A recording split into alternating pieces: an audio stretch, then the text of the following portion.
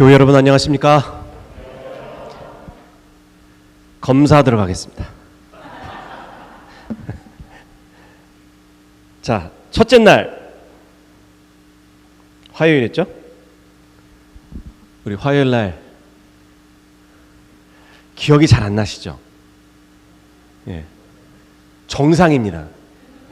예, 여러분들이 기억을 잘 못하셔야 저희 같은 사람이 먹고 삽니다. 죄송합니다. 농담입니다. 화요일 날은 예루살렘에서 소식이 들려서, 그렇죠? 느헤미야가 마음에 깊은 고민을 하고 하나님께 기도를 요청합니다. 수요일 하나님의 기도 응답이 있었죠? 어저께 제가 두 가지 꼭 기억하라고 말씀드렸는데요. 예, 그렇죠.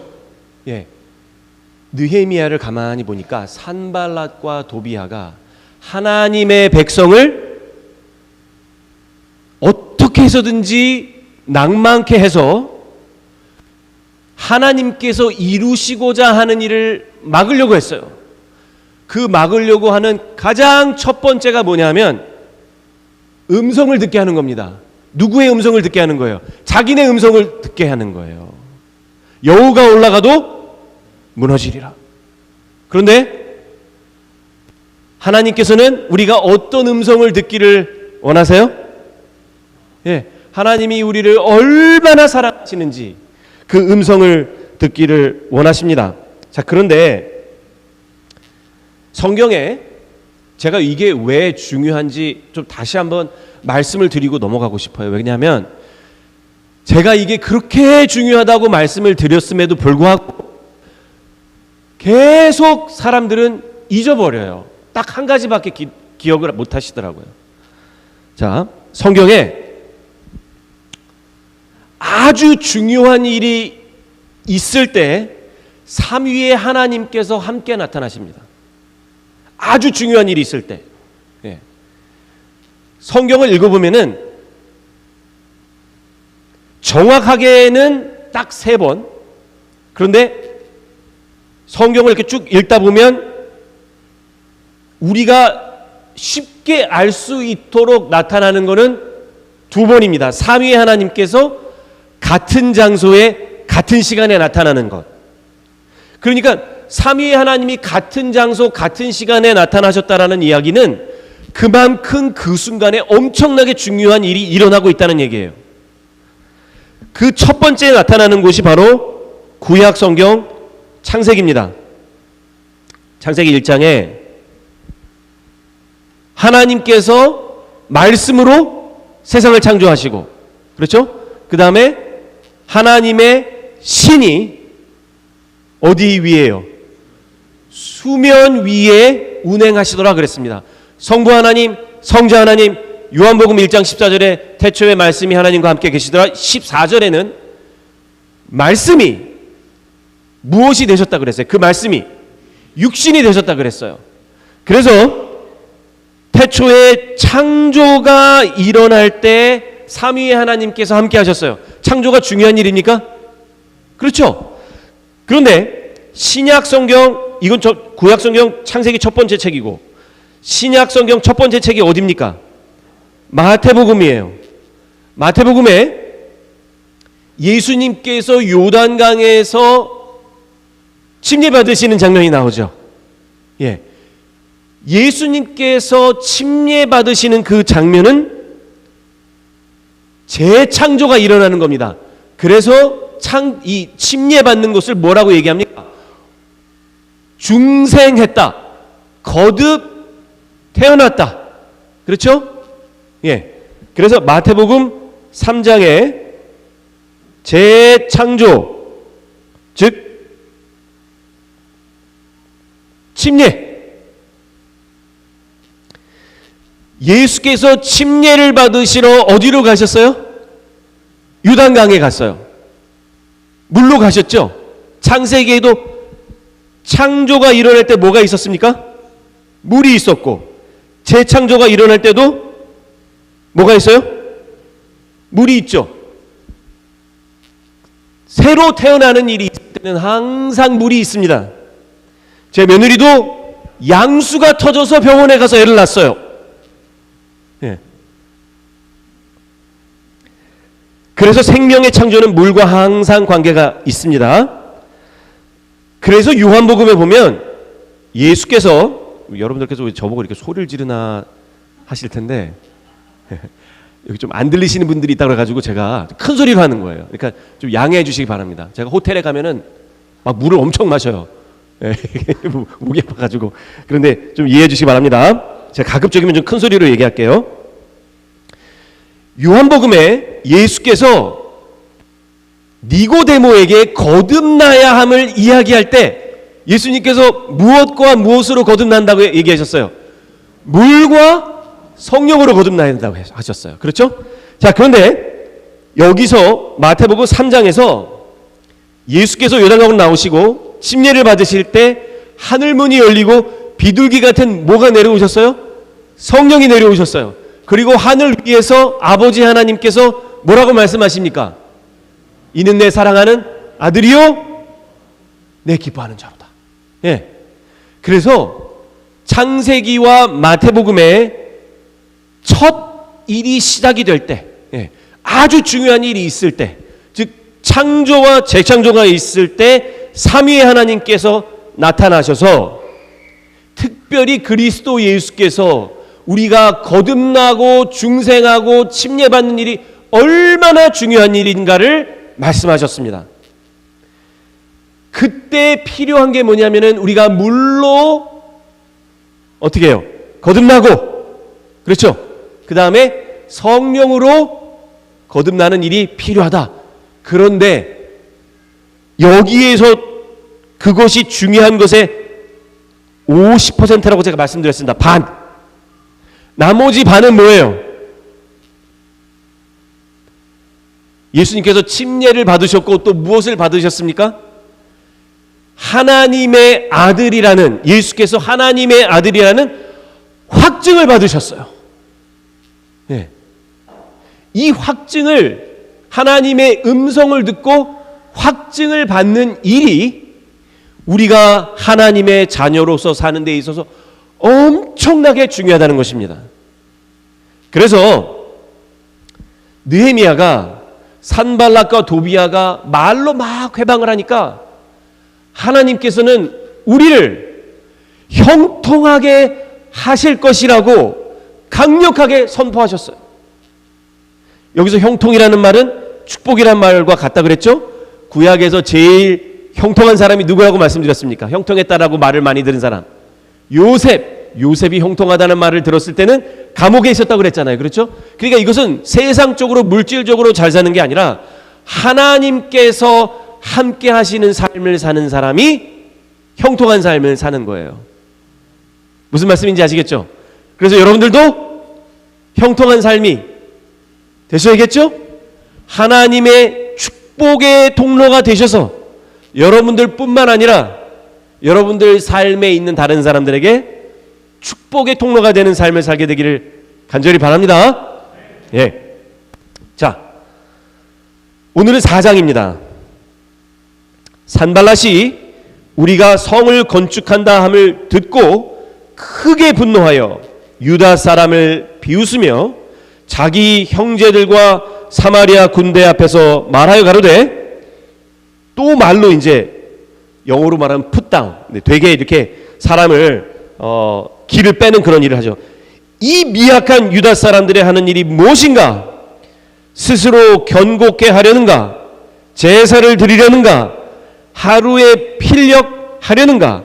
소화된 돌을 흙무더기에서 다시 일으키려 하는가 하고 말로 공격을 한 다음에, 이게 말로 해서 이제 안 되니까 그 다음에 여러분 이 11절에 이런 말씀이 있습니다. 우리의 대적은 이르기를 저희가 알지 못하고 보지 못하는 사이에 우리가 저희 중에 달려 들어가서 뭐 한다고요? 살육하여 역사를 그치게 하리라. 그러니까 이제 말로 해서 안 되니까 산발락과 도비아가 사마리아와 이 주변에 있는 여러 족속들을 움직여서 이제는 완력으로 이제 어떻게 해보자는 거예요. 죽여버리자는 거예요. 네.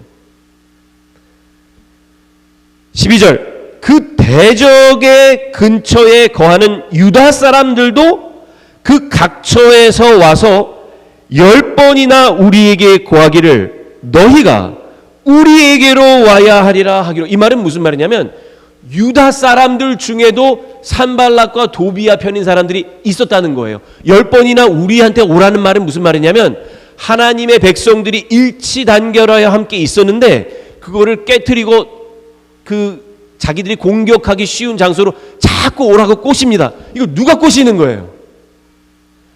산발락과 도비아가 하는 게 아니라 같은 유다 사람이 하는 거예요. 예. 13절 내가 성 뒤 낮고 넓은 곳에 백성으로 그 종족을 따라 칼과 창과 활을 가지고 서게 하고 내가 돌아본 후에 일어나서 귀인들과 민장과 남은 백성에게 고하기를 너희는 저희를 두려워 말고 지극히 크시고 두려우신 주를 기억하고 너희 형제와 자녀와 아내와 집을 위하여 어떻게 하라고요? 싸워라. 누가 하는 말입니까? 느헤미야가 하는 말이에요. 예, 느헤미야가 이제는 말로 하다가 무기를 들고 우리 백성들을 죽이려고 하니까 백성들한테 무슨 말을 하냐면 칼과 창과 활을 들고 나오라 이거예요. 예. 누구를 위해서 싸워라? 너희의 자녀와 아내와 형제와 집을 위해서 싸워라 이렇게 이야기를 합니다. 근데 얼마나 겁나겠어요. 그죠? 예, 저도 이제 예수 믿기 전에 싸움판에 크게 엮여본 일이 있어요. 잘못 엮여가지고 서초동에 그 법원청사가 있습니다. 혹시 법원청사, 서초동 법원청사 아세요? 모르시죠? 예, 모르시다는 거는 여러분들의 과거가 깨끗하다는 얘기예요. 예, 그리고 여러분들 그거 아시면은 제가 약간 여러분들을 이상하게 쳐다볼 수도 있는데, 예.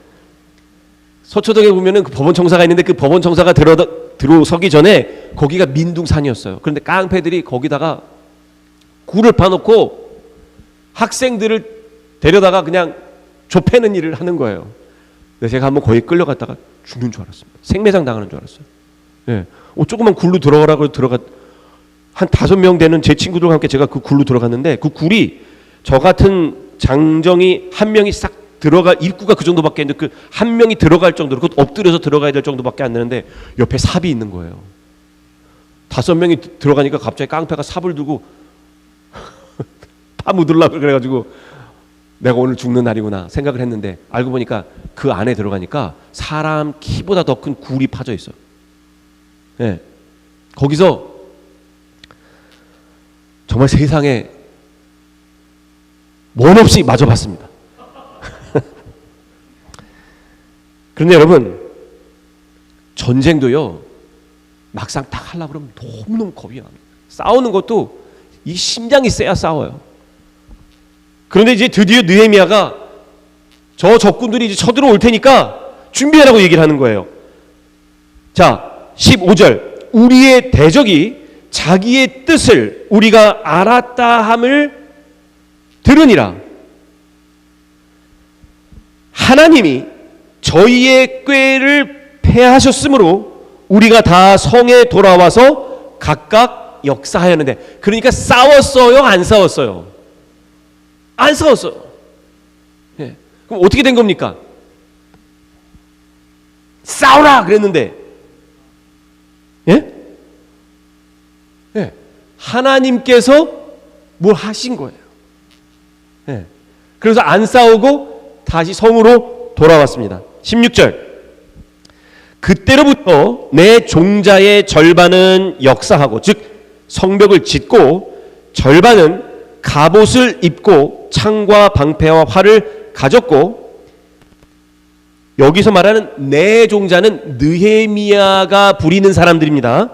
절반은 성벽을 짓는 일을 하고 절반은 갑옷을 입고 창과 방패와 활을 가져서 이제 지키는 일을 하는 겁니다.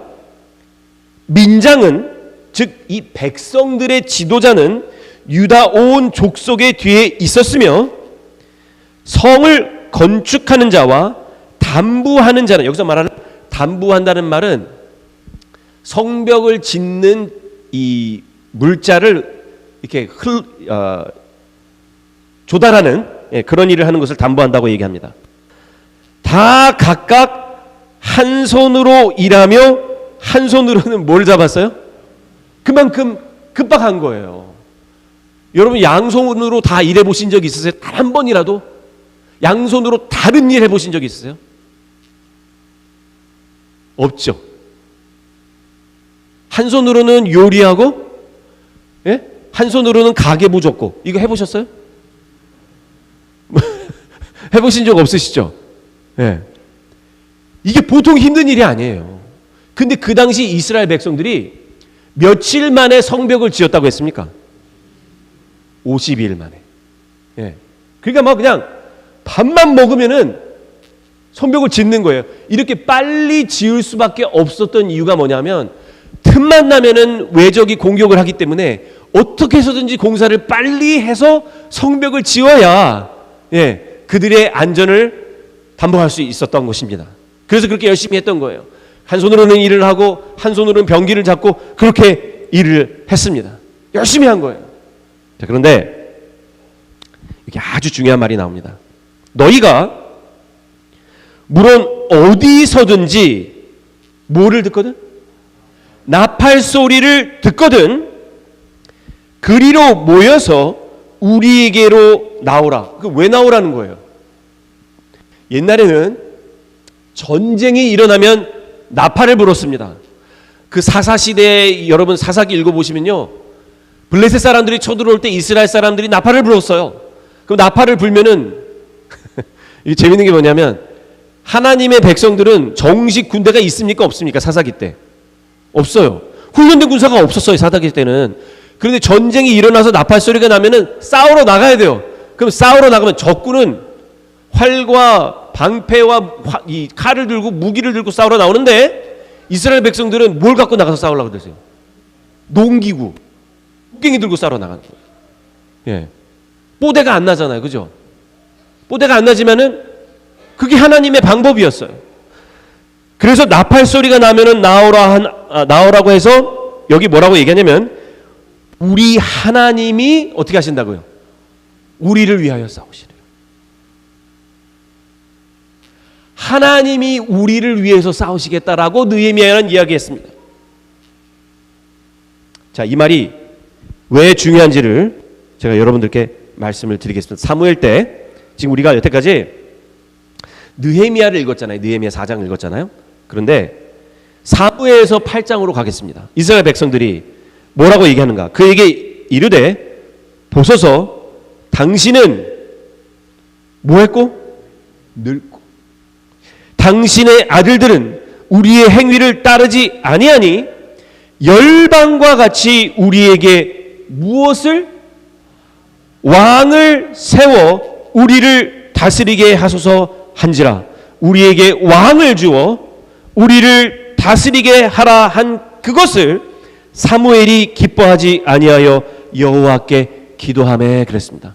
제가 옛날에 섬기던 한 교회에 지금부터 한 30년 전이니까요. 30년 전이니까 그때 65세 되는 한 장로님이 계셨어요. 65세 때는 노니까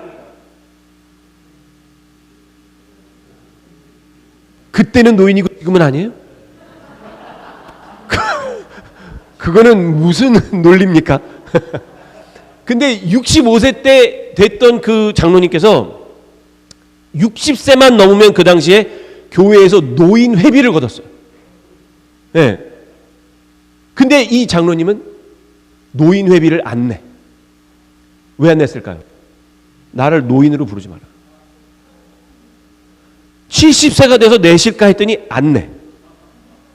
80이 돼도 안 내셨어요. 네. 제가 그 교회를 갔는데 그분이 95세까지는 아니신 것 같고 하여튼 93세인가 4세가 되셨어요. 이분이 교회 재물을 아직도 갖고 계세요. 네. 날 노인으로 부르지 마라. 끝까지. 예, 이분이 대단하신 분이에요. 예. 그러니까 나는 아직도 힘이 있고 일할 만하다 이제 이렇게 외치시는 분입니다. 여기서 말하는 당신은 늙었다 이렇게 얘기한 건 무슨 말이냐면 능력이 없다는 거예요. 사무엘한테 이런 얘기를 하는 겁니다. 사무엘이 사사로서 열심히 살았는데 이제 사무엘에게 그런 얘기를 한 다음에 무슨 얘기를 하냐면 지금까지는 하나님이 우리 왕이었는데 이제 우리한테 누굴 달라는 거예요? 왕을 달라는 거예요. 구약 성경에 하나님이 제일 마음속에 섭섭하셨던 순간들이 몇 군데 있는데 제가 성경을 읽어보니까 제일 섭섭했을 때가 이때인 거. 그러니까 몇 군데, 한 두세 군데 가운데 요 때가 제일 섭섭하셨던 것 같아요. 하나님 필요 없다고 얘기하는 거예요. 여호와께서 사무엘이 너무너무 마음이 속상해가지고 막 가슴 아파하고 있는데 사무엘에게 나타나셨어요. 여호와께서 사무엘에게 이르시되 백성이 내게 한 말을 다 들으라. 그들이 너를 버림이 아니요. 누구를 버렸다 그랬어요? 나를 버렸다. 나를 버려 자기들의 왕이 되지 못하게 함이니라. 내가 그들을 애굽에서 인도하여 낸 날부터 오늘까지 그들이 모든 행사로 나를 버리고 다른 신을 섬긴같이 내게도 그리하는도다. 그러니까 하나님은 하나님의 백성들에게 어떤 감정을 느끼셨냐면 하나님의 백성들이 계속해서 하나님을 버렸다고 느끼신 거예요. 버림받았다라는 느낌을 받은 거예요. 제가 어렸을 때 지하도를 가는데 누님 세 분 그리고 제 동생은 갓난아기였을 때 지하도를 가는데 저희 아버지가 굉장히 짓궂은 장난을 하셨어요. 저만 빼고 그 지하도에 가면 기둥이 있잖아요. 네. 기둥 뒤에 하나 둘 셋 하면 다 숨는 거예요. 네. 그래서 저는 뭐 어린아이니까 뭐 쫄래쫄래 이렇게 따라가다가 어느 한순간 딱 봤는데 아무도 없어. 엄마도 없고 아빠도 없고 누님들도 없고. 네. 그때 그 어린 나이에 제일 처음 엄마 아빠를 잃어버렸다라는 생각보다 엄마 아빠가 날 버렸다. 그거를 제가 어떻게 알았냐면요. 엄마 아빠가 제가 이제 거기서 막 울기 시작했어요. 그 어린아이가 뭘 알겠어요. 그죠? 울기 시작하니까 짜잔 하고 나타나셨어요. 근데 그때 어린 나이인데 얼마나 화가 났는지 막 아버지를 내가 막 이렇게 때렸어. 너무 화가 나가지고 이 버림받는 기분이 참 여러분 너무너무 힘든 마음이잖아요. 그렇죠? 하나님께서 그런 기분이셨어요. 나를 버렸다. 그래서 하나님께서 사무엘에게 이런 얘기를 해요. 걔네들이 지금 뭐가 좋은지를 몰라서 그런데 네가 가서 좀 잘 좀 설명을 해줘라. 내가 왕으로 있는 게 왜 좋은지 좀 설명을 해줘라. 자,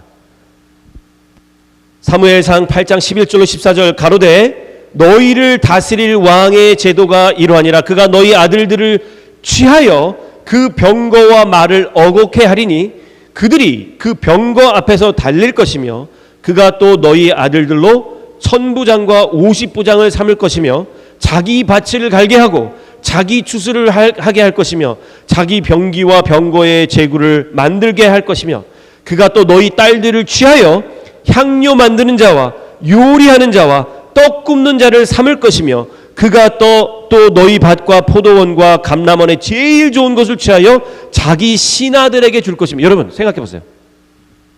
사사시대 때 왕이 있었어요 없었어요? 없었어요. 군대가 있습니까? 없습니까? 왕이 있으면 그 왕을 섬기는 신하들이 있어야 되고, 그렇죠? 부엌에 가서 일해가지고 왕한테 음식 바치는 사람들이 필요할 거잖아요. 하나님께서 뭐라 하겠냐면 이게 좋은 거야. 그런데 이스라엘 백성들은 늘 그들 눈에 보이는 게 뭐예요? 주변에 있는 이방 나라들, 이방 사람들이 어떻게 사는지가 보이는 거예요. 가만히 보니까 전쟁이 일어나면 이웃에 있는 나라는 왕이 딱 멋있게 황금 투구를 딱 입고 말을 타고 나타나서, 여러분 군대가요 사열을 하면은 너무 멋있습니다. 그러니까 국군의 날에 여러분 그거 하잖아요. 그렇죠? 미국도 최근에 그거 했잖아요. 그죠? 예, 그거 하는 이유가 뭐냐면은 그거 하면은 사람들의 마음이 저 사람이 우리를 잘 지켜줄 수 있다, 뭐 이런 마음이 들지 않겠습니까? 그렇죠? 예, 그거 보니까 부러운 거예요. 눈에 보이는 게 뭔가 있으니까. 근데 이스라엘 사람들은 전쟁이 일어나기 전까지는 군대를 볼 수가 없어. 예, 다 자유한자로 살긴 사는데 뽀대가 안 나는 거예요. 이방 사람들은 보니까 삐까뻔쩍한 거예요. 예. 그래서 왕이 있었으면 좋겠다. 근데 하나님께서 뭐라고 얘기하세요? 왕을 만들면은 너의 아들들은 병사로 끌려가서 니네 집 밭 갈던 아들이 왕의 밭을 갈고, 그리고 월급도 제대로 못 받고 병거를 끌든지 그 뒤에서 달리든지 이런 한심한 일을 할 텐데 너희들이 왜 왕이 필요하냐? 너희 딸들은 끌려가서 시녀로 살 텐데 왜 그걸 원하느냐? 여러분 같으시면, 여러분들이 만약에 사사시대에 살고 있다 그러면은 왕을 달라고 하시겠습니까? 안 달라고 하시겠습니까?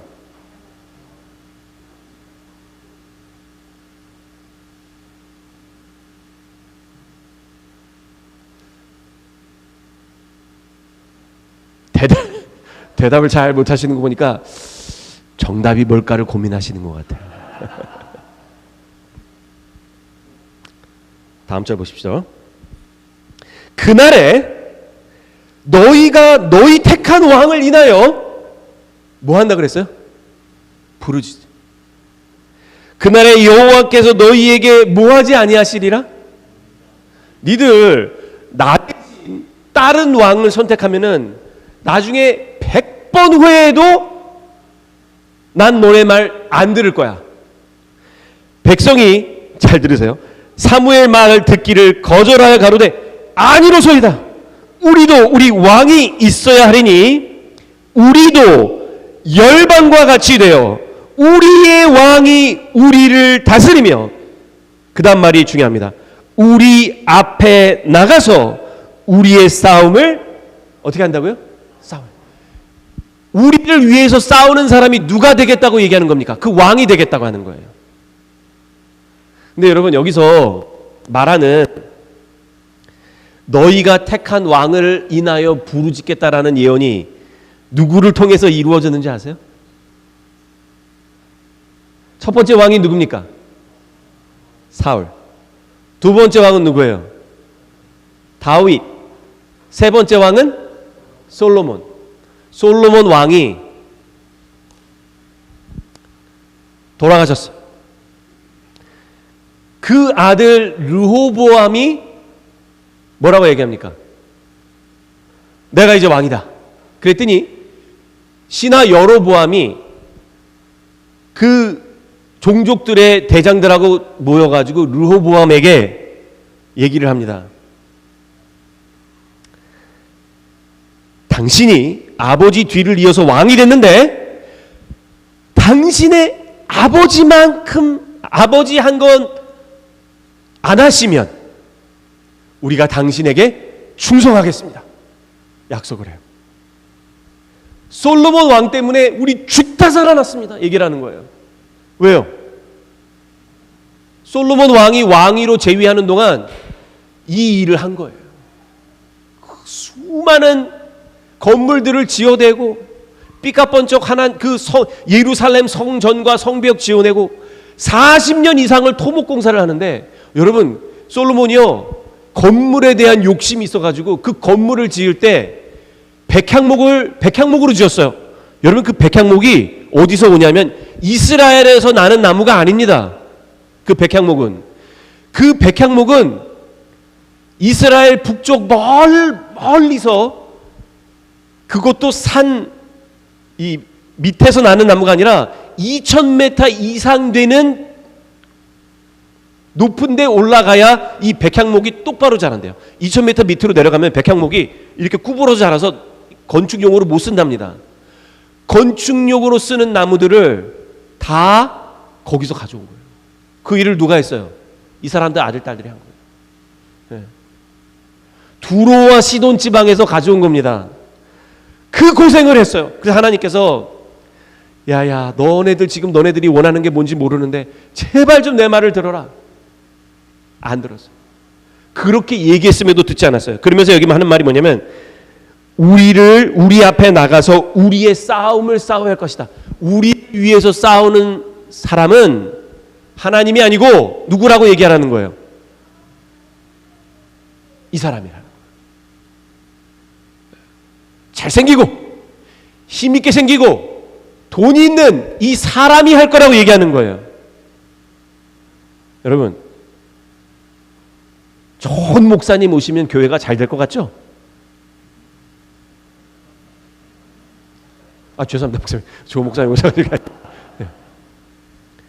여기 누구의 집입니까? 하나님의 집이에요. 그 어떤 목사가 오더라도 여러분들이 목사를 왕으로 세우면 안 됩니다. 여러분들의 왕은 누굽니까? 하나님이에요. 하나님을 왕으로 모시는 하나님의 백성들이 되셔야 돼요. 저희 같은 목사들도 다 하나님의 종입니다. 하나님의 종으로서 여러분들을 인도하는 사람일 뿐이지 왕은 아니에요. 그렇죠? 네. 사람을 믿는 어리석은 일을 하시면 안 됩니다. 누구를 의지하셔야 돼요? 하나님을 의지하셔야 돼요. 여러분들이 가진 재력을 의지해서도 안 되고, 여러분들이 가진 능력을 의지해서도 안 되고, 누구를 의지해야 되는 겁니까? 하나님을 의지하셔야 돼요. 네. 여호수아 5장 13절.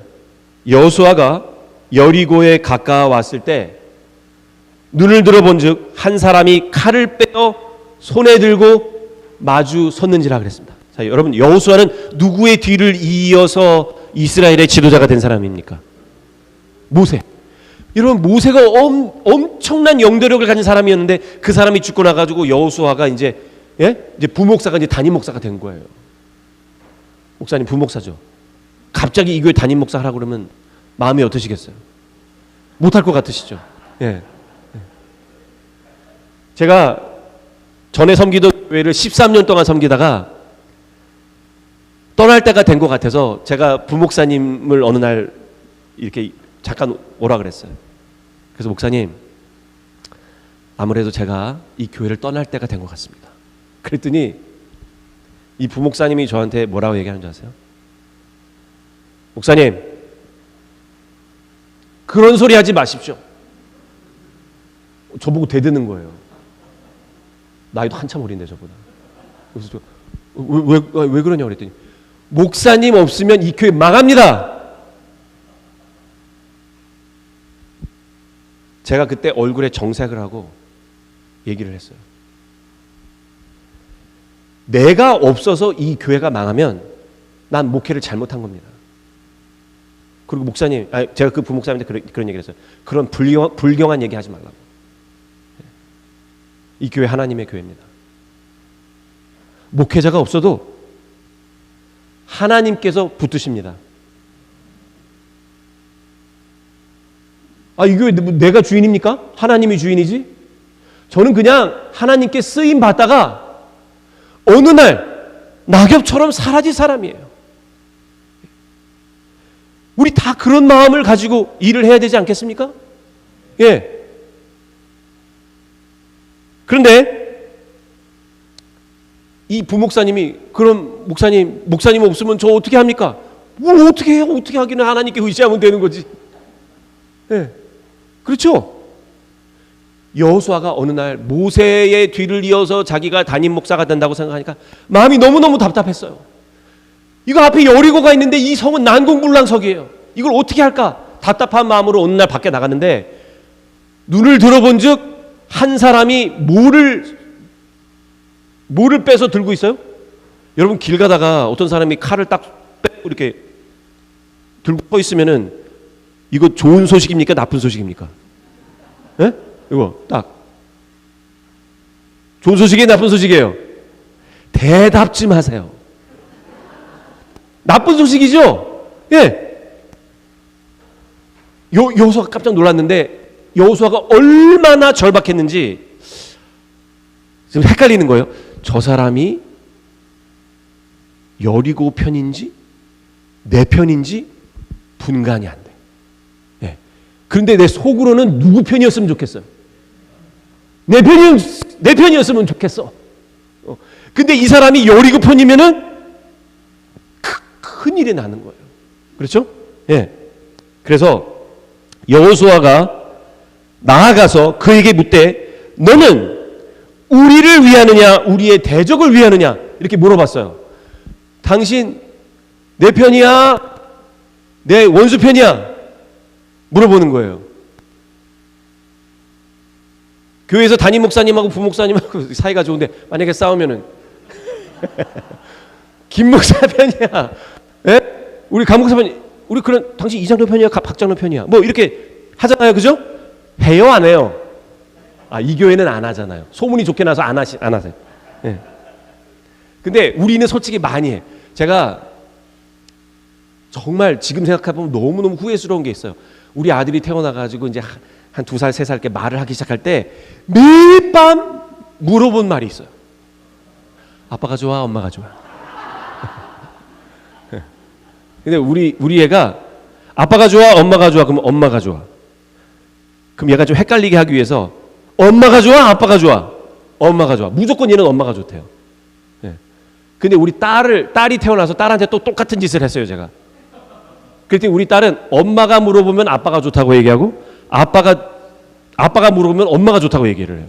그래서 어느 날 우리 딸이 그러는 거야. 아빠, 그 질문 좀 하지 마. 왜? 그랬더니 둘 다 좋아. 여호수아가 마음이, 그러니까 이게 문제가 뭐냐면요, 사람이 살면서 신앙을 특별히 하면서 가장 자주 또 크게 범할 수 있는 잘못이 뭐냐면 여러분들이 가지고 있는 문제를 여러분들이 소유하는 거예요. 여러분들의 교회, 여러분들의 가정, 심지어는 여러분들의 자녀까지 다 여러분들이 소유하는 거예요. 그러다 보니까 문제가 생기면 이 문제가 다 누구의 문제가 돼요? 나의 문제가 돼요. 여러분 삶이 얼마나 고달프고 힘드십니까? 기가 막힌 대답을 이 사람이 합니다. 그 군대 장관이 가로되 아니라 나는 여호와의 군대 장관으로 이제 왔느니라. 이 영어로 어떻게 표현되냐면 neither. 이 neither이란 말은 무슨 말이냐면 나는 네 편도 아니고 네 원수의 편도 아니고 나는 누구의 편이라는 얘기예요? 하나님의 편이라는 거예요. 여러분들은 누구 편이 되셔야 되겠어요? 예? 하나님 편이 된다는 말은 무슨 말이냐면 이 전쟁은 여호수아 너에게 속해 있는 전쟁이 아니라고 얘기하는 겁니다. 우리가 싸우는 이 영적인 싸움은 우리가 소유하고 우리가 책임질 문제가 아니라고 얘기하는 거예요. 하나님의 전쟁이고 우리가 던져야 할 질문은 네가 내 편이냐 남의 편이라고 묻는 게 아니라 나는 과연 하나님의 편인가를 묻는 것이 맞는 질문입니다. 그리고 나서 군대 장관이 떠나버렸어요. 그 다음에 여리고입니다. 여호수아가요, 가나안 땅을 정복하는 위대한 사명을 받아들고 그것이 하나님께서 여호수아 너 이거 사명 줄 테니까 너 책임져, 이게 아니란 사실을 깨달은 겁니다. 교회에서 여러분들 안교장시키고 선교부장시키고 장로시키고 집사시키고 학생부시키고 뭐 이런 걸 다 시켰을 때 여러분들 보고 하나님께서 책임지라고 시킨 일이 아니에요. 하나님의 편에서 하나님의 일을 하면 하나님께서 책임지시겠다고 말씀하시는 겁니다. 예. 그래서 여러분들이 자유한 신앙인이 되는 날이 어떤 날인지 아세요? 여러분들의 손에 담겨 있는 모든 짐들을 하나님께 드리는 거예요. 수고하고 무거운 짐진 자들아 다 내게로 오라. 내가 너희에게 무엇을 주리라? 쉼을 주리라. 우리가 쉼을 얻을 수 있는 방법은 내가 이제 왕이 되는 왕노릇 그만하는 날이에요. 누구를 왕으로 모시는 겁니까?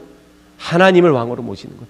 그래서 여러분 느헤미야가 백성들에게 창과 칼과 방패를 들고 나오라고 이야기는 했지만 그들이 싸우는 이 싸움이 누구에게 속한 싸움이라고 말하고 있는 겁니까?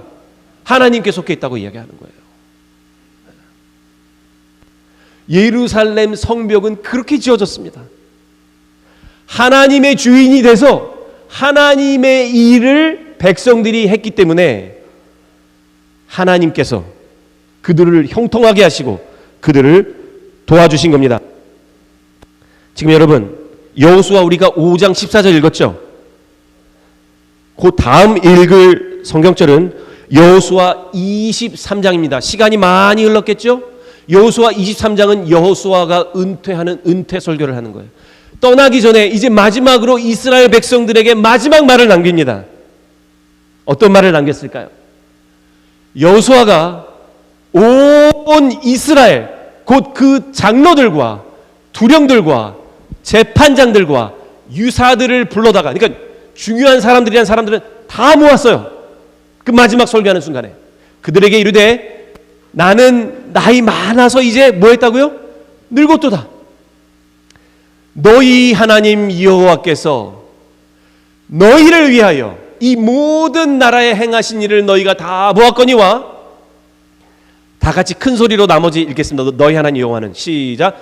너희 하나님 여호와 그는 너희를 위하여 싸우신 자니라. 아멘 할렐루야. 예, 여러분 구약 성경에 정신이 제대로 박혀 있는 하나님의 선지자들이 일관적으로 가지고 있었던 사상이 뭐였냐면 하나님은 우리의 왕이시고 그분이 우리를 위해서 싸우신다고 늘 생각했어요.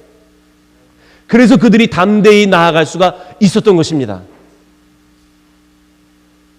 우리가 이 문제들을 우리가 소유하는 바로 그 순간부터 우리는 조급해지고 두려워지고 낭망하게 되는 거예요.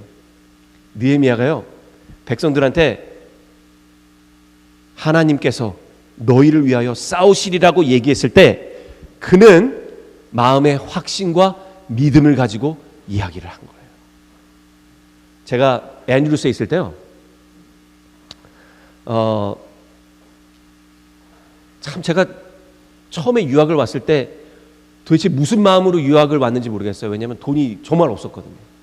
그래서 와이프랑 저랑 애를 하나 놓고 이제 사는데 매달 정산을 하면 300불이 모자. 네. 어떻게 그렇게 300불이 매달 모자라는지 모르겠어요. 그래서 제가 하나님께 기도를 했어요. 하나님, 저 힘들어 죽겠는데 어떻게 300불만 더 채워주시면 안 될까요? 매달 기도를 했어요. 네.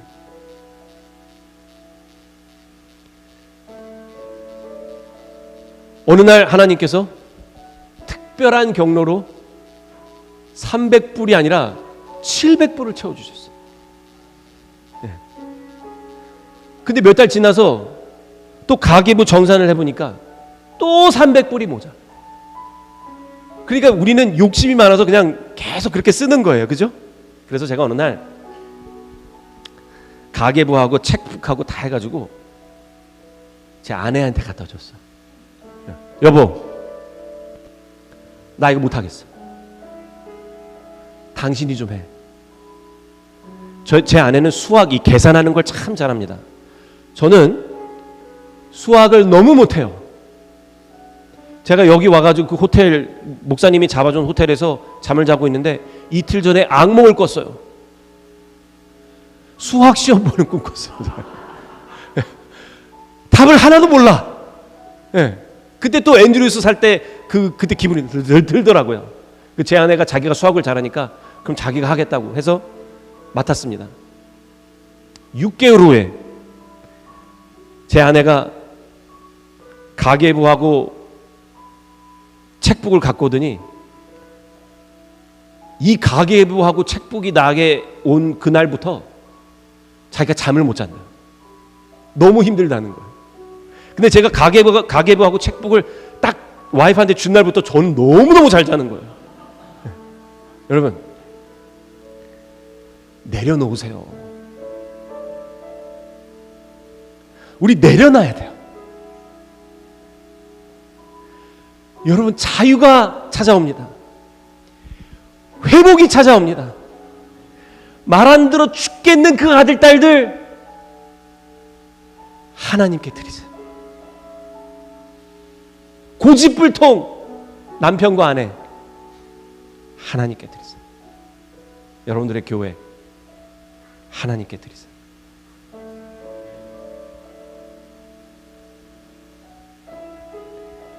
진정한 자유와 회복은 하나님 앞에 내려놓을 때 생깁니다. 왜요?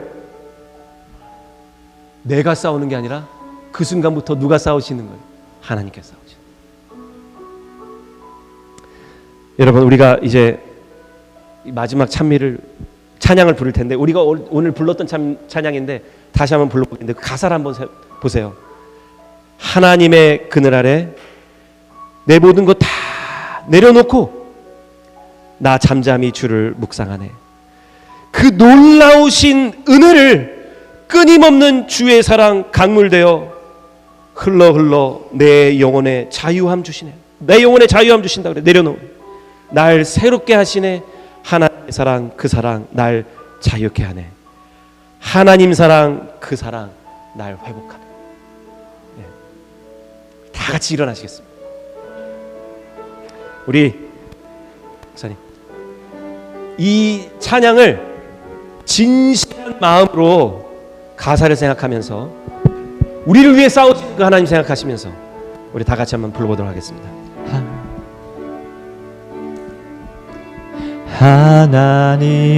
하나님의 그늘 아래 내 모든 것 다 내려놓고 나 잠잠히 주를 묵상하네. 그 놀라우신 은혜를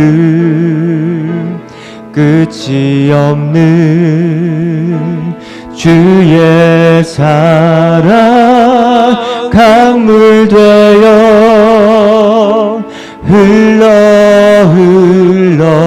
내 영혼에 자유함 주시네. 날 새롭게 하시네.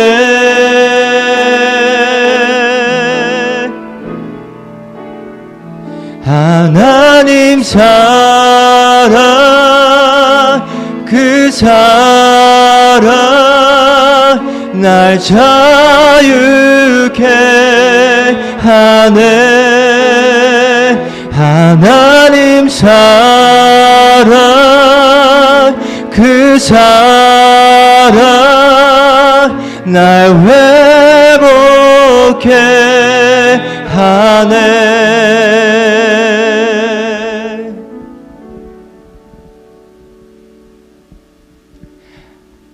한 번 더 부를까요, 목사님? 한 번 더 부르겠습니다. 하나님의 그늘 아래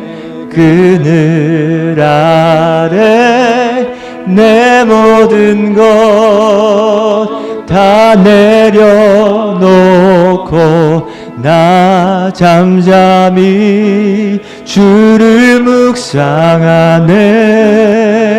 그 놀라우신 은혜를 끝이 없는 끝이 없는 주의 사랑 강물 되어 흘러 내 영혼에 자유함 주시네 날 새롭게 하시네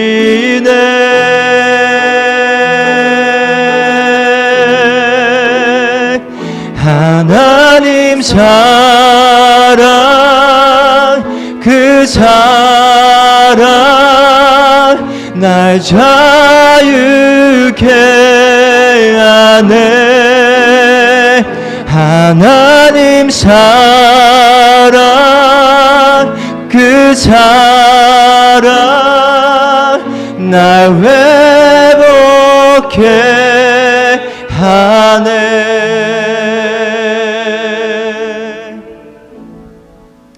이 시간에는 우리가 하나님께 기도를 드릴 텐데요. 여러분들 저를 좀 따라 하시면 좋겠습니다. 여러분들의 손을 이렇게 모으세요. 이렇게 모으신 상태로 기도하시겠습니다. 하나님,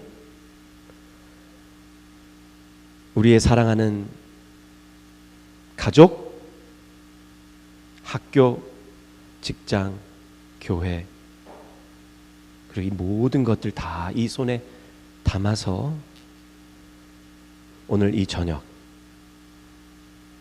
주님 앞에 내려놓기를 간절히 소망합니다. 그동안 수없이 우리의 마음을 짓눌러 왔던 그 모든 것들, 우리의 죄 문제나 인간관계 문제나 재정적인 문제나 모든 것들을 주님, 저희를 겸손케 하셔서 주님 앞에 내려놓고 저희가 그토록 원하시는 주님 안에 자유한 주님의 아들, 딸로 살 수 있도록 주님 축복하여 주시옵소서. 이제 주님 발 앞에 내려놓사오니 주님 받아주시고 우리를 위하여 끝까지 싸우시는 하나님 뒤에 숨는 주의 회복으로 가는 주의 자녀들이 될 수 있도록 주님 축복하시고 인도하여 주시옵기를, 우리를 사랑하시고 다함 없는 사랑과 은혜를 베푸시는 그리스도 예수의 이름으로 간절히 축원하옵나이다. 아멘.